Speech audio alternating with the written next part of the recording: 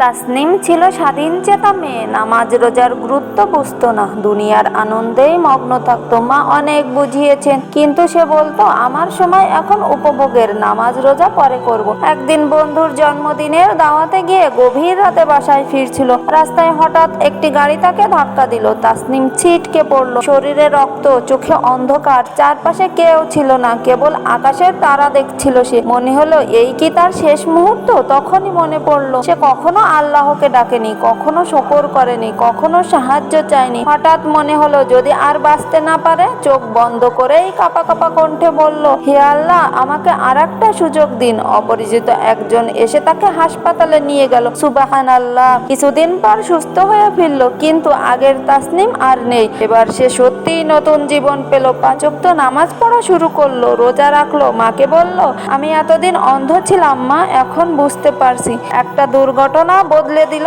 তাসনিমের পুরো জীবন। সুবহানাল্লাহ।